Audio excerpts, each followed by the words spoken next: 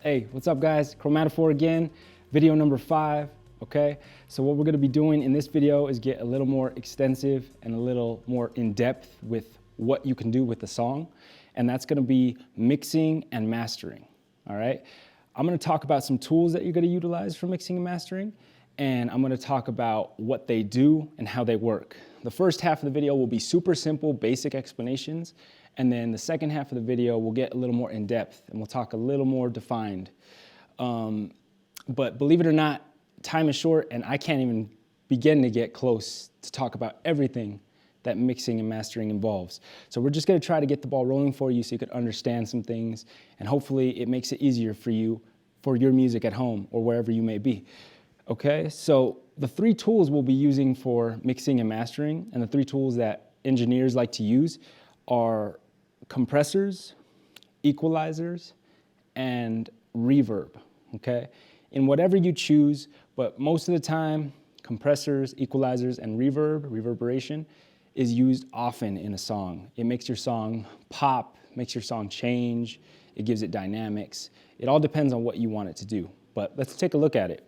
So let's look at machine A, if you will, and let's look at an equalizer first, okay?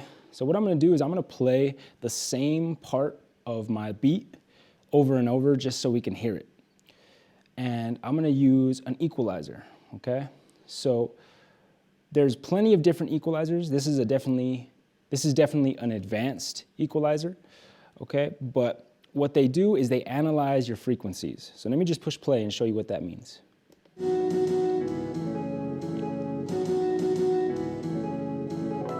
Okay, so that's analyzing the frequency.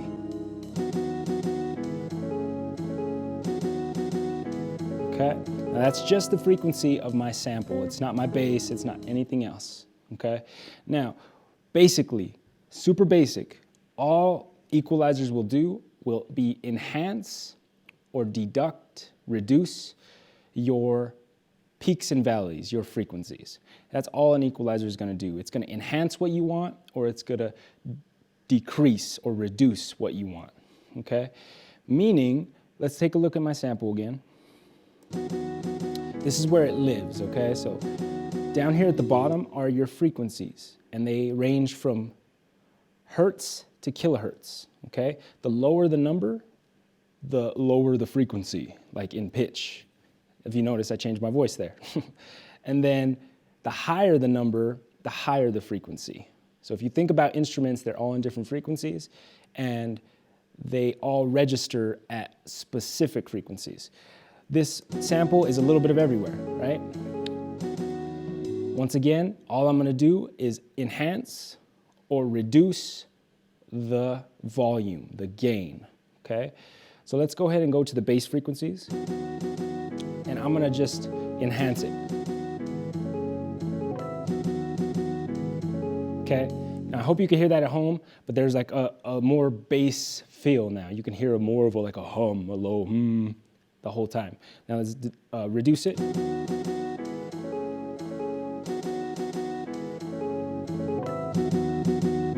Okay, let's go over to the highs.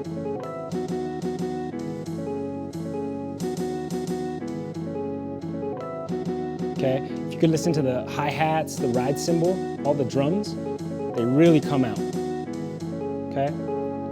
And my mids are kind of where the guitar sample really comes out, okay? But yes, so that's basically EQ in a nutshell. All it's doing is making your gain higher in volume or lower in volume. Making your frequencies, higher in volume or lower in volume. There's different curves and there's different ways you can use an equalizer, but we'll do that next time. I'm gonna go ahead and move into a different program just to show you that it exists in other programs as well. So let's go over to Garageband and open up a equalizer. So here's Garageband, and right here is where you can put or assign your plugins, okay? I go over here to EQ, and you have a channel EQ or a single band. We'll just use channel. Channel meaning it's gonna be on one of your channels here, like my classic electric piano, that's a channel. And there's your EQ. I don't have any music set up for this GarageBand, but same thing. I'm enhancing, I'm reducing, okay? That's a lot. Those are big moves. Rule of thumb, when you're using EQ, kind of keep it small moves. By that, I mean, if you look at the gain there, it says -11. That's too big. Also, my band is really big. It's taking up a lot of space. You kind of want to make him tiny or smaller, okay? But just to show you, that's what it looks like in GarageBand. And then the other option that I want to show you guys is Soundation, the free program. So I'll go here to add an effect, and I'll do parametric EQ. Okay, and bam, looks very much like GarageBand did, and Machine for that matter. But you can enhance and you can reduce your frequencies. So it all depends on what you want to do with your music, okay? Like I said, first half of this video is going to be super simple explanations. I'm not going to get into it. Just know that's what an EQ does. Let's move to compression, okay? So I'm going to go back to Machine, and I'm going to play with a compressor now. So this is a compressor that I have. And what a compressor does is it simply compresses the audio signal, the frequency. So it'll smash it. It'll smash it down and either bring out some dynamics and bring out some volume, or it can just tame your peaks and make them cut off so that they're not clipping and they're not. And by clipping, I don't know if you remember in the last video how that meter was going in the red. A compressor will cut off those transients, those peaks, so that it doesn't do that if you use it correctly. So let me go ahead and push play, and now you're going to see my sample reacting on a compressor. Okay? So right now the compressor is not doing anything, but you see the frequency rolling right here. So that's my sound. That's what you're hearing. Okay? Now you have some knobs here, and I'm going to just real quickly basic. Threshold is going to be what the compressor reacts to, and it's a vertical kind of thing. So if I take it down, I'm going to start to touch that signal.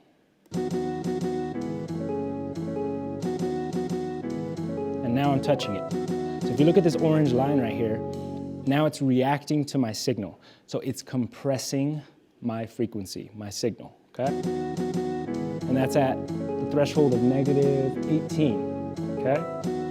Now your attack knobs on compressors are how quick it touches all of your peaks, all of your transients. They're called transients. And that means these guys here, look at my mouse. All those peaks, all those pointy things, those are your transients. An attack is gonna touch those, and it's a speed thing. A slow attack or a fast attack. Attack is gonna touch those. If it's fast, it's gonna get on those transients really quickly. If it's slow, it's gonna kinda take a second to touch those transients. Okay? And you can probably see it. So this is like super slow attack. This is pretty much non-existent. But look at my orange line here. It isn't doing much. It's doing it to the main transient, so like the biggest bump. Now let me do a fast attack. And you'll see there's a lot more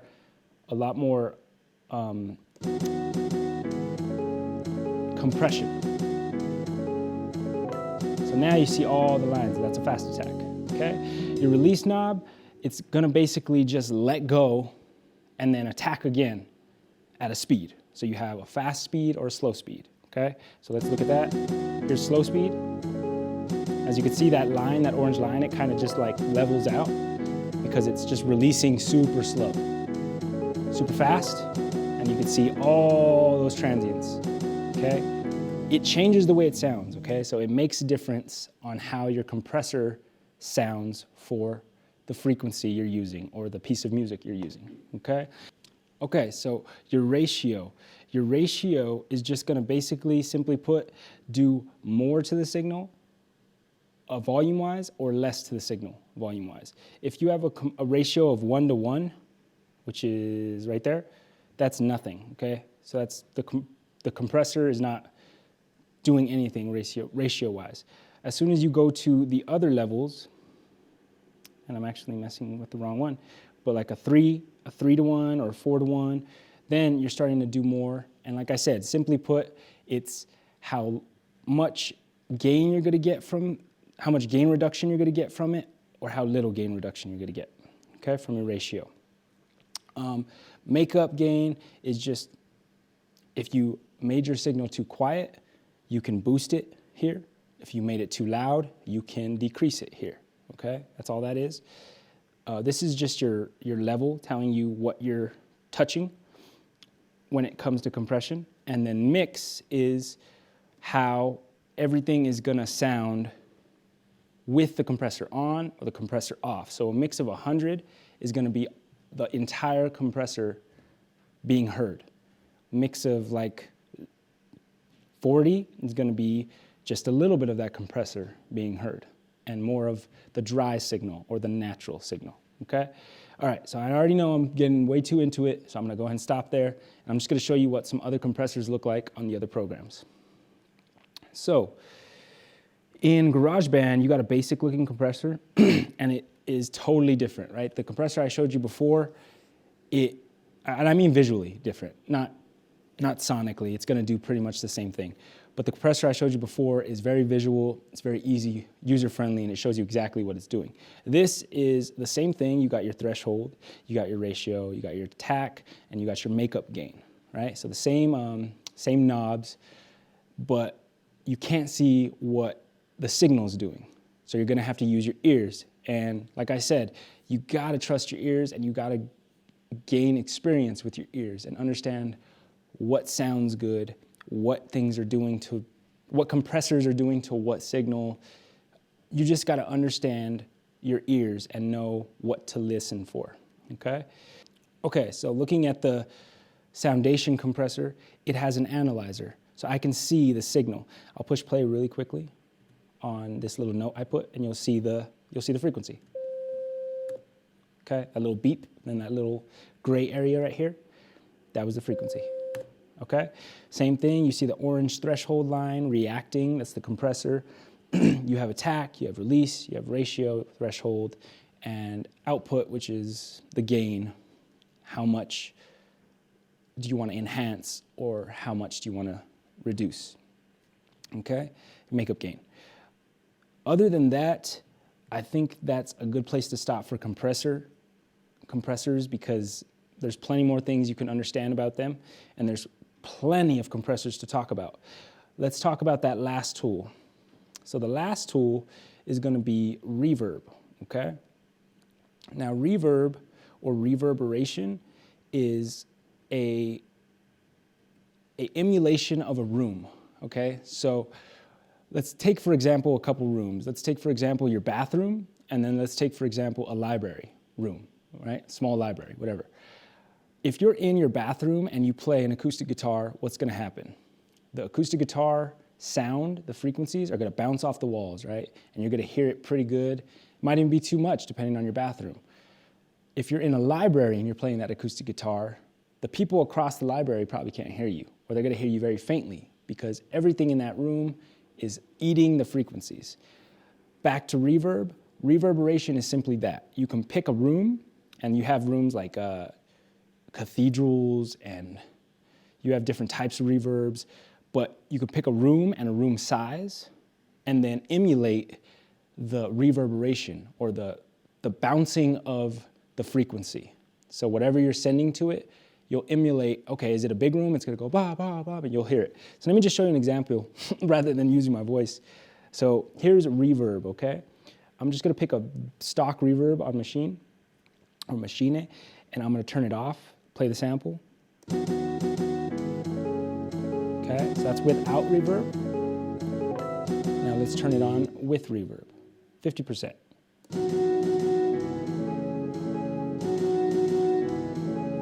That's way too much reverb, but can you tell the difference? It's like it's in a room and maybe you're in the hallway and it's just bouncing and you could just hear it from a distance. You don't want your reverb to sound this much unless you know what you're doing. Sound this intense unless you know what you're doing. But let's do little by little, I'll put it in.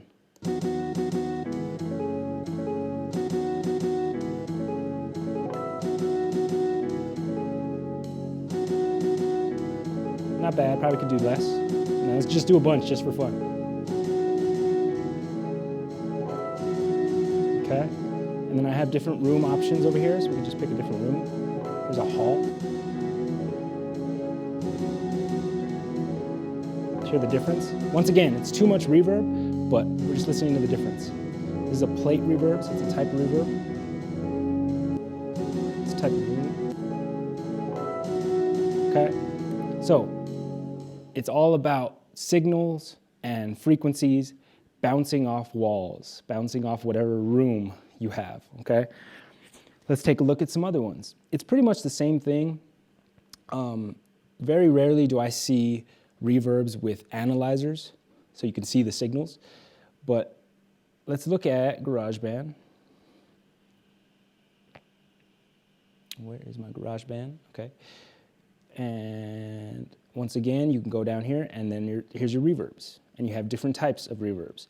You have an N verb, a platinum verb, silver verb, space designer. So they're all going to do different things, but they all harness the same ability, which is reverberation, okay? I'll open one just to show you. Looks like that compressor. You have room size, so how big is your room? The density, how thick is it? Or time, rather, like how much is it gonna stay in the room, the presence? And then you have your dry signal, which is the signal without reverb, and then you have the wet signal, which is the signal with reverb, okay? That's all dry and wet mean. And the same thing with soundation. Let me get rid of one of these guys. And there you go. You got your size, your dampening, your width, meaning like how much space it's taking, and your wet and dry signal, okay? So it's all pretty much universal once you get the hang of it and you understand what they're doing. Okay, so I think that's a good place to start the first half of this video. You got some tools for mixing, and you know what they kind of do and how they work and the effect. Let's go ahead and jump to the next part of the video and get a little more in depth and talk about what it's doing to my track, okay?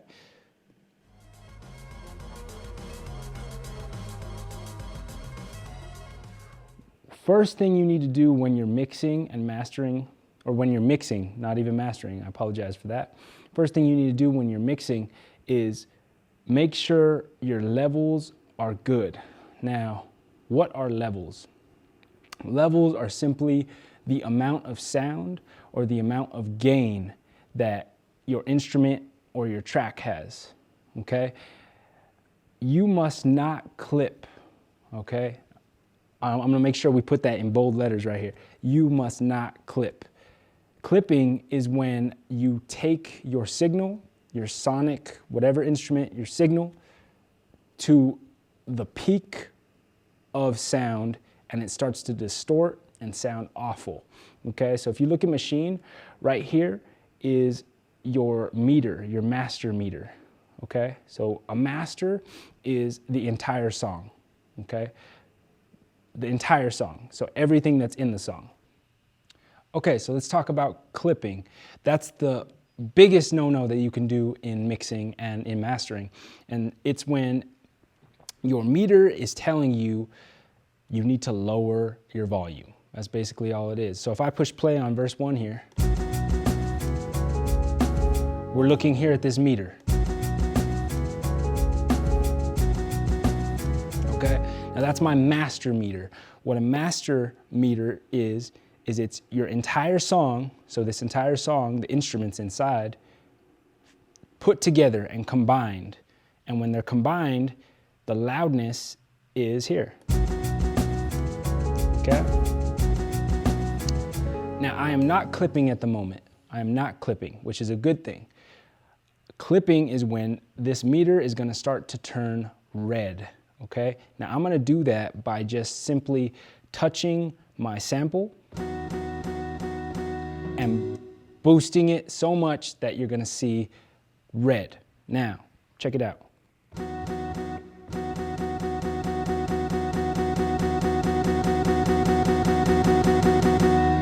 Okay, now we're clipping, right? I don't want to do too much of that because you guys don't need to be going deaf. That's the no-no. That's the big no-no. You don't want to be clipping. What that means is you're distorting your sound. Your sound is starting to lose its quality, its high definition, if you will. I'm gonna say something a lot in this video, and that is gain is perceived as better.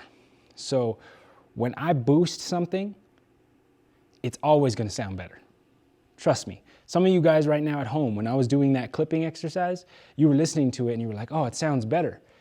It may sound a little better, but in reality, when you're clipping and things are getting red, it's distorting and it's gonna mess with the entire mix.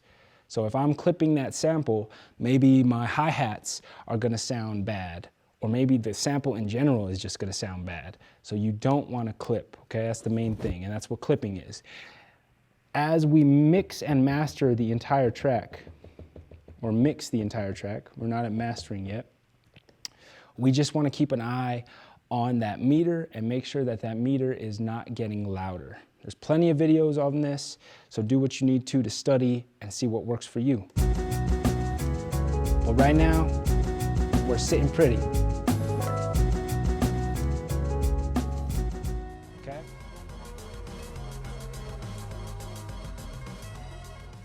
Music is taste, man. It's taste. It's all about what you think sounds good. Okay? What you think will work for the mix, what you think will work for the song.